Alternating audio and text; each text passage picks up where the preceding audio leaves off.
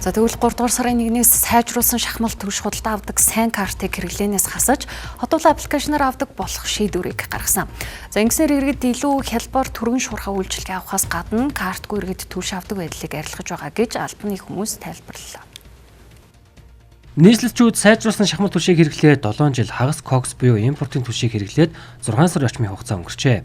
7 жилийн дараачаар сайжруулсан түвш солигдох биш түвш худалдан авдаг сайн карт нь солигдож байгаа юм байна.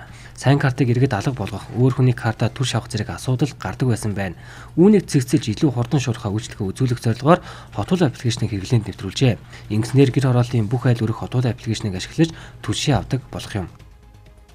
За учир нь юу вэ гэхээр анх 9 сарын 15-ны өдөр галгааны улирлыг одоо сайн карттай хотуулаатай хамтраад явах одоо борлуулалтанд одоо гаргахад бол нийт 260 гаруй мянган өрх хөл бүртгэгдсэн.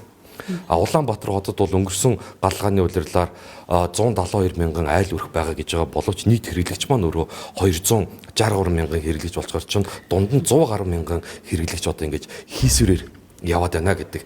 Тэгэхээр бид нэр эхнээс нь энийг нөгөө нэг өрх одоо 7 хоногт 7 шуудаа гэдэг зарчмынхаа дагуу эхнээсээ энийг бид нэр яг өрхийнхөө системд нь холбоод өрхийгөө бид нэр гишүүнээр нь таниад эхэлж байгаа учраас одоо бол бид нэр ер нь сайн картыг бол бид нэр халж болж байна. Хотол аппликейшнийг хэрэглээд эхэлбэл залуучууд түвшээ авахд асуудалгүй. Харин ахмад насны хүүхдүүд хэрэглэхэд бэрхшээлтэй гэх шүүмжлэл бий. Гэхдээ ахмад наснууд заавал хотол аппликейшнийг ашиглахгүйгээр иргэний үнэлэхийн QR кодыг уншуулад түвшээ авах боломжтой. Харин үүнд түвш борлуулагч хяналт тавих юм аа. Хотолдоогоор болон зөвхөн иргэний үнэлэхний QR кодоор дандаа өгч байгаа шүү дээ. Ганц нэг юутай захимтай улсууд карттай улсууд байгаа. Тэргээр нь яваад ирэхэд ахаар нөвдөг.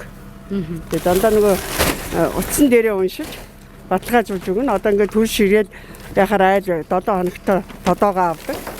Тэгээд миний нэргэн тойронд 300-аар айл байдгийг. Хотуудаа дээрээс ерөөсө хамаг мэдээлэл аваад аль цэг дээр их түлш байна. Тэрийг харж байгаадас өөр газраас зорж ирж авдаг улсууд бий. Ерөөсөө тэр өөрхийн аль айл дээр захим үнэлэхний QR код уншихад додоонд ирнэ. Ахаа дараагийн хүн ирээд тэр гөрөө авна гэвэл байхгүй. Хүүхдүүд өгөхгүй ч 18 наснаас дээш насанд хүрсэн тэр айл яг гоо тэр нэг хотуулаагаа доцохдоо тэдэн хөнгөд нас үеигүүлсэн тэдэн хөнгөд татна. Тэгээд тэр гөрөө л өгдөг. Хотол аппликейшнийг ашигласнаар ойрцоох борлуулалтын цэгүүддэх түвшний нөөцийг харах боломжтойгоос гадна айл өрхөд галгааны улирал хэдэн тонн түвш хэрэглэж байгаагаа хянах юм.